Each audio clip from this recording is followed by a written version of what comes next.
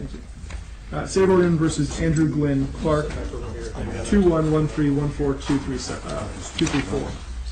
You can talk to him. It is. 234. Good afternoon. We're here on Saberlin versus Andrew Glenn Clark, 2113142334. John Halpern for Mr. Clark, Eric Hausman for the state. My understanding is we've got a negotiation that has been entered into, and there's going to be a sentencing that I'm going to be bound to.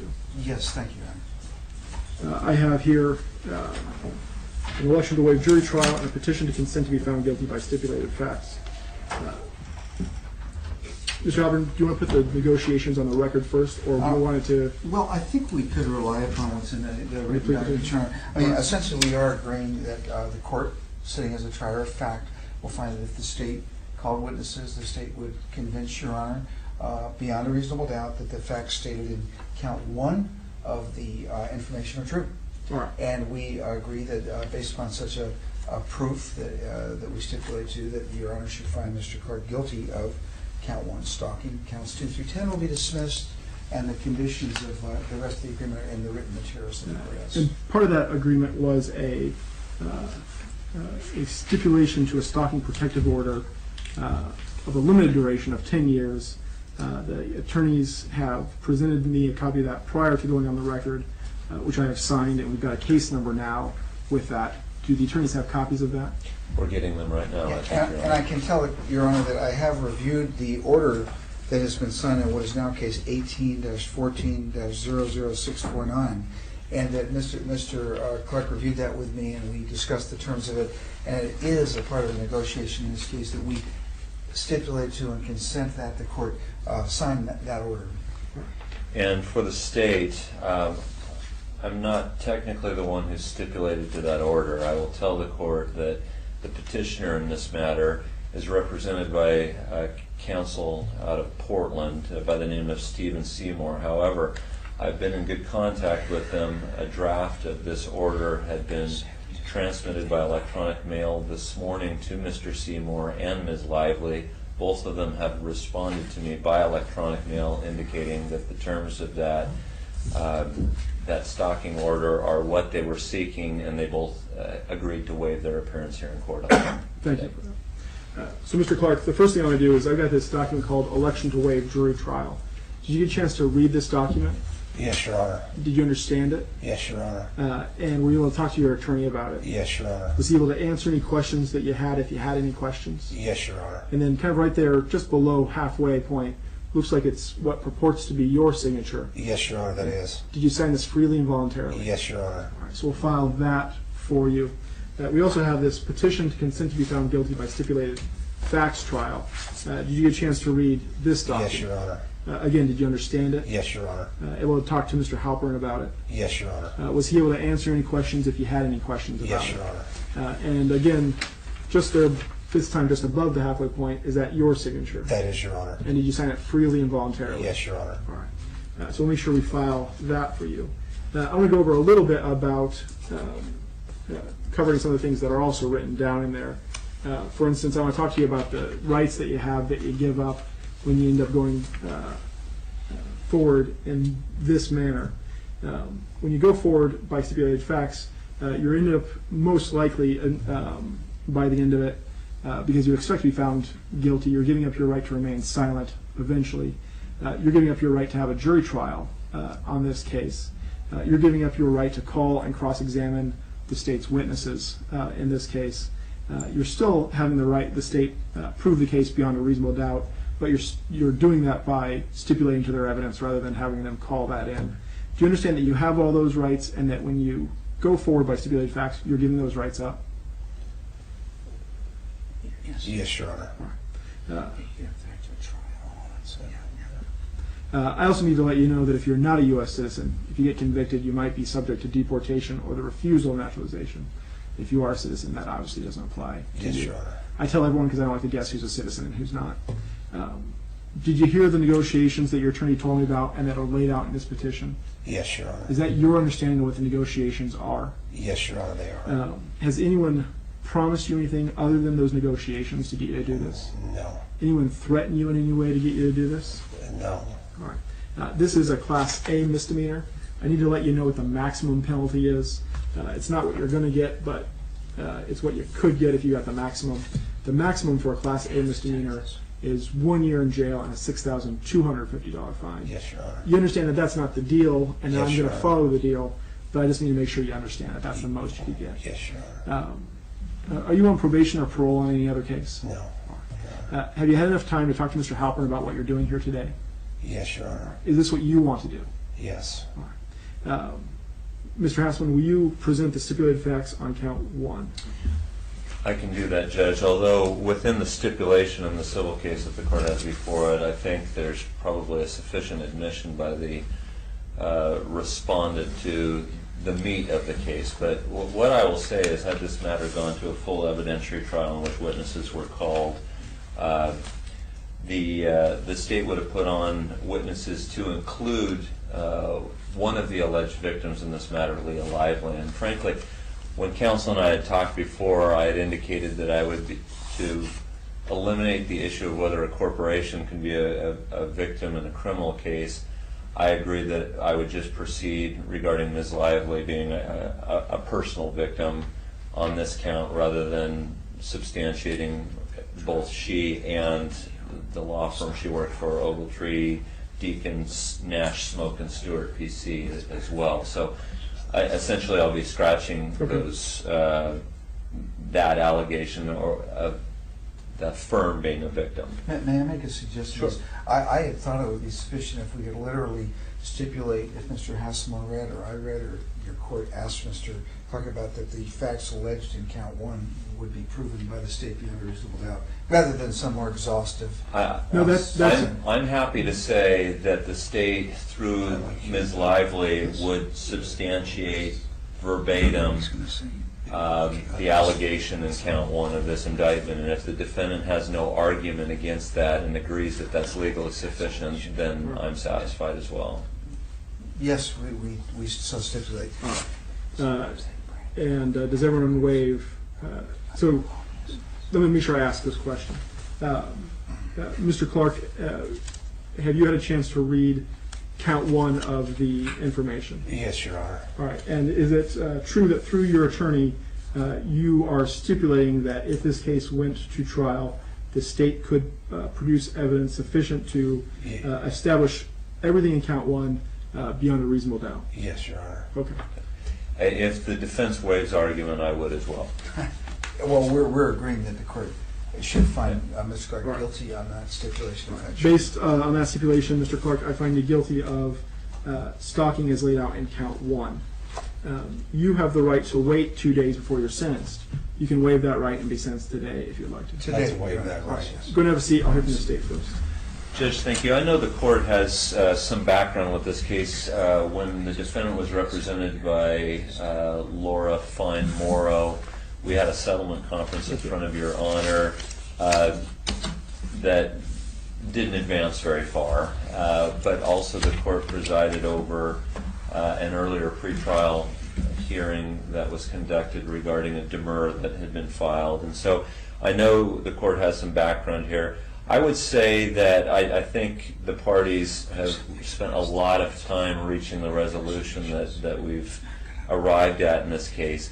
From the victim's perspective, both Ms. Lively and the alleged victim of the law firm,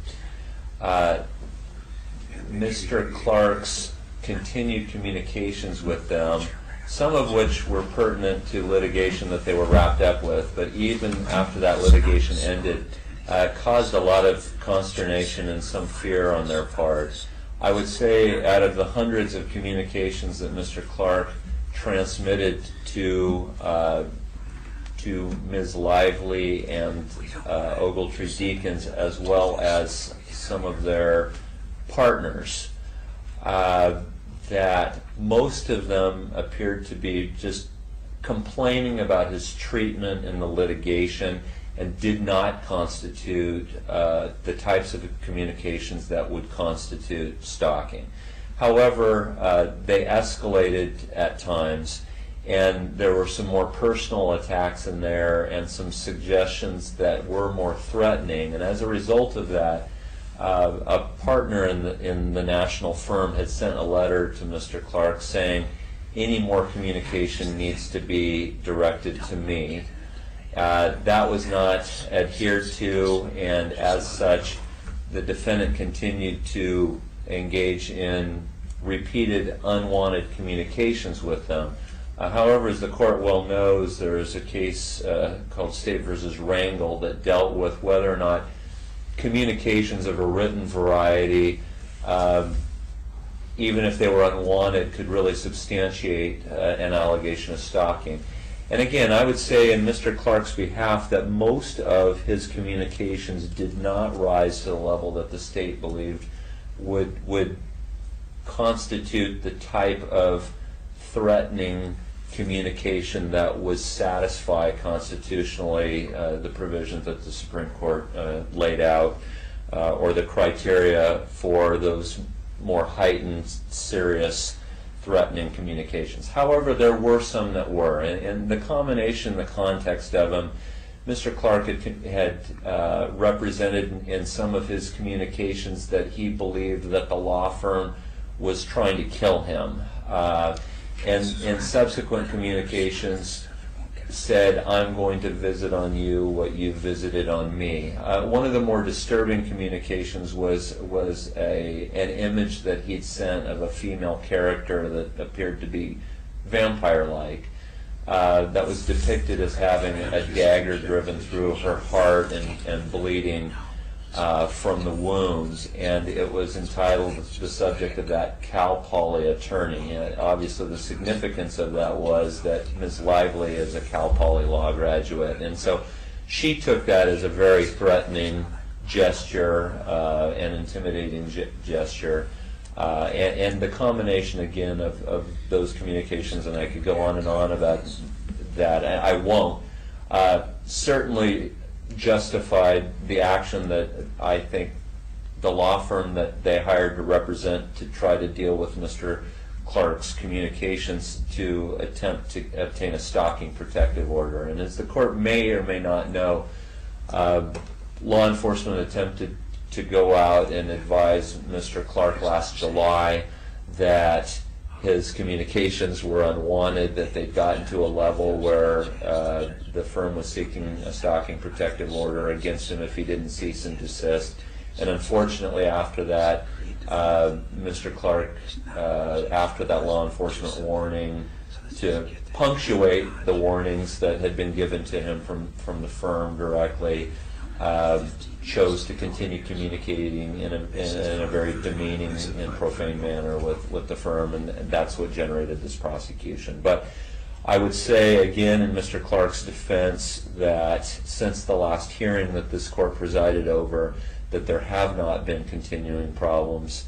The defendant still finds himself embroiled in some litigation, I think, with the firm and his former employer, Wells Fargo, who that firm had been retained by to handle the litigation with Mr. Clark originally in this. There haven't been the repeated problems. The defendant has ceased and desisted in his behavior. Counsel Mr. Halpern has indicated that he feels he's had some good communication with his client. His client recognizes that that was not the way to go about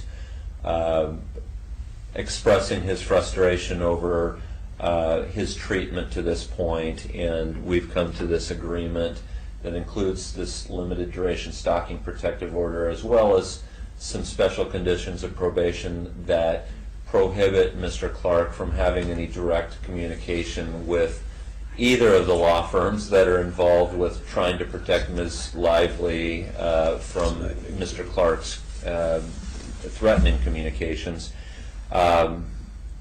except if Mr. Clark is communicating with them through a represented counsel, or has to find himself in their presence in depositions or court appearances with his counsel there.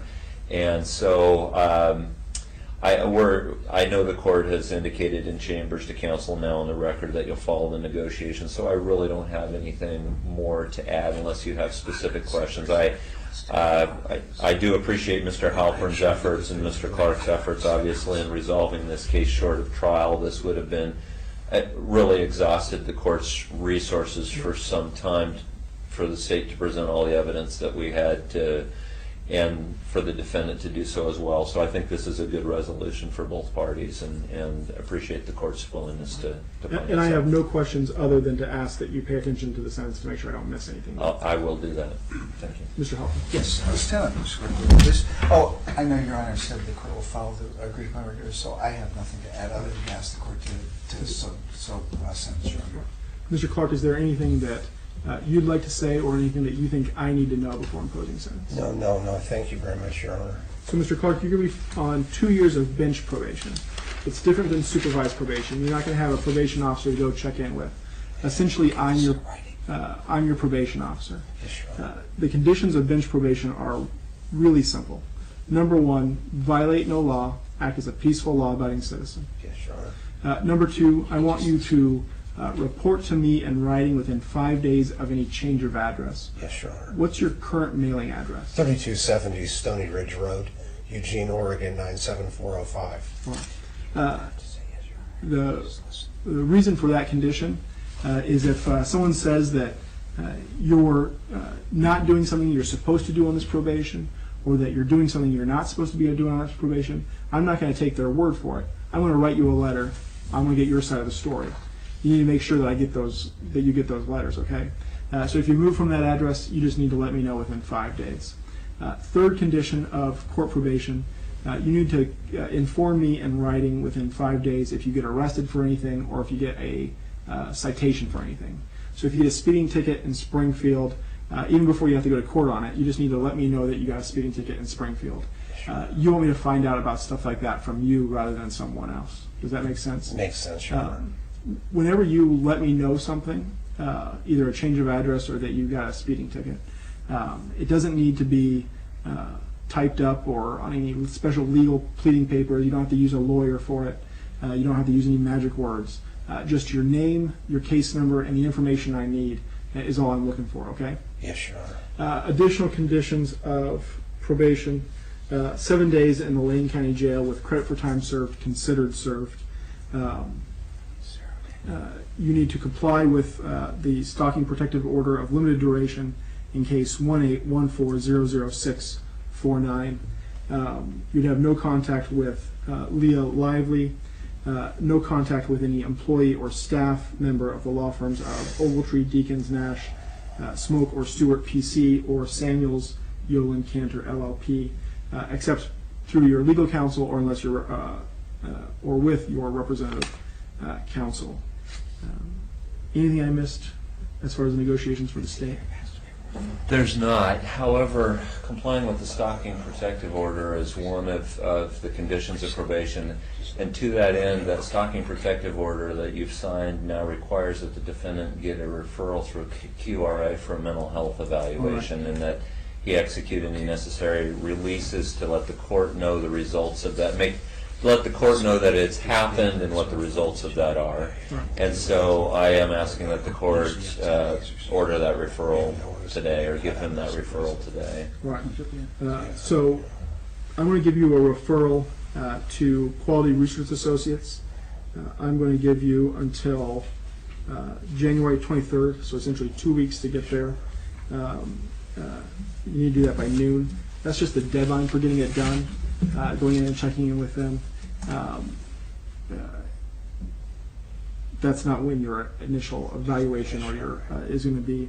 What I'll want then is by the end of February 28th, I would like you to provide releases for QRA to both the district attorney's office and to myself, so we can see what the results of that evaluation is. I'll work with my attorney on that to make sure we can. I'll get them to Your Honor and to Mr. Hasselman's office, Your Honor. And does that timeline seem like it works out? Makes sense? Yes, Your Honor. All right. Anything else I need to order, Mr. Hasselman? I don't believe so, Your Honor. Thank you. And just to be clear for the staff, that's not going in the judgment. That doesn't need to go, I think, in the judgment of court probation in this matter. It's referenced by way of complying with the stalking order, which that order is in that case. And that doesn't require him to complete any specific treatment. No. No, and for the record, it's probably good to mention that counsel and I, ordinarily in a stalking protective order, when the court orders an evaluation, it also requires that the person comply with any recommendations of the evaluator. In this particular case, because Mr. Clark has been able to conform his behavior for a period of time since our last hearing, I've made the agreement that I'm not asking that he be required to undergo any kind of treatment or counseling at this point, but rather I want to know what they feel are the issues so that if there's any probation violation, that we have the information we might need to modify that probation down the line at some point, and the court has that as well. So that's why we've agreed to a different term than the court typically uses in those judgments. Anything I missed, Mr. Halpin? No, my only question, Your Honor, would be, we'd appreciate it very much if the court staff could notify the pretrial release people that this case has been sentenced, because they're open until 5:30, and Mr. Clark will go right over there and surrender his ankle bracelet. Right. We'll send an ELMS off today, is my understanding. So I think that, thank you very much, Your Honor. we'll do that, I think, electronically. All right. Mr. Clark, you have the right to appeal this sentence. If you want to do that, you need to do it in writing to the Oregon Court of Appeals in Salem within 30 days. Yes, Your Honor. It's far more complicated than I just explained. Talk to Mr. Mr. Halpin if Halpin that's what takes you want care to of do. these things. Thank you, Your Honor. All right. We're in recess. Thank you. Mr. Thank you. Wilson? Yeah.